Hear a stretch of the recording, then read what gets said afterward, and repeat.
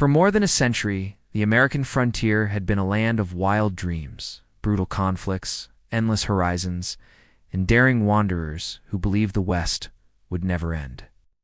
But on a cold winter day in 1890, the frontier went alive with cowboys, outlaws, buffalo hunters, native nations, and homesteaders finally took its last breath. And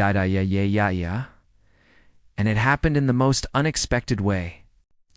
The frontier that was fading by the late 1880s, the West was changing. Railroads carved steel highways across the plains. Barbed wire cut the open range into fenced farms. Herds of buffalo, once 30 million strong, had been hunted almost to extinction. Towns rose where once only wind and dust moved. But no one realized just how much the world had transformed until one government office quietly wrote a report that would shake the country. 2.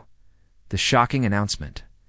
On July 1, 1890, the U.S. Census Bureau released a statement that would send ripples through American history. There can hardly be said to be a frontier line. With those 11 quiet words, the government declared that the frontier, an idea that shaped generations, no longer existed. The land had been fully mapped. The wilderness had been sliced into territories and states. There were no longer vast, unbroken stretches of land untouched by American settlement. A nation built on the belief of endless expansion had suddenly reached its edge. But history wasn't done. The final blow to the old frontier wasn't a document, it was a massacre. 3. The Day of Wounded Knee. On December 29, 1890, in the frozen fields of South Dakota, the last chapter of the frontier was written in violence. Hundreds of Lakota Sioux people, exhausted and starving, were being escorted by the U.S. 7th Cavalry near Wounded Knee Creek. They were not warriors preparing for battle, they were families, mothers carrying infants. Elders wrapped in blankets, teenagers trying to survive the brutal winter. Fear hung in the air. A single gunshot no one knows from where sparked chaos. Within moments, soldiers opened fire. The Hotchkiss guns roared, spraying deadly shells that tore through the camp. Children ran for the ravines, only to be cut down. Women cried out for mercy. Warriors tried to shield their families, but they were helpless against the mechanical fury of the guns. When the smoke cleared, around 300 Lakota men, women, and children lay dead in the snow. It was not just a massacre. It was the symbolic death of a world. For native nations, for cowboys, for the open plains, for everything the old frontier represented, Wounded Knee marked the end. 4. Frederick Jackson. Turner and the Frontier's Ghost. 2 years later, in 1893, historian Frederick Jackson Turner stepped onto a stage at the Chicago World's Fair and delivered one of the most famous speeches in American history. His argument was simple but explosive.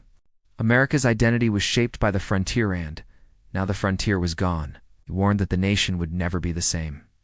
The frontier had been a teacher, a pressure valve, a dream factory, and taught Americans self-reliance, risk-taking, and rebellion.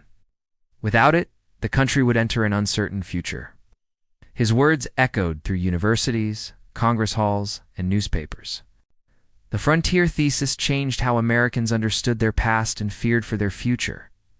A new America rises. With the frontier declared closed, the United States turned its eyes elsewhere, to cities, factories, and foreign lands. The Wild West gave way to a modern industrial nation. Cowboys became wage laborers. Outlaws vanished into legend. Native land shrank under new laws. Railroads replaced horses. And the myth of the untamed wilderness became a story told around campfires. The frontier didn't end in one moment, but 1890 became the year America realized it was gone. Epilogue. The last sunset of the West even today. People romanticize the frontier, its freedom, its danger, its possibility. But the real frontier was far harsher, far bloodier, and far more complex than legend remembers. The day it died, America lost not just a piece of land, but a part of its identity. A vast, wild chapter of human history finally closed. And the frontier became not a place, but a memory carried by the wind.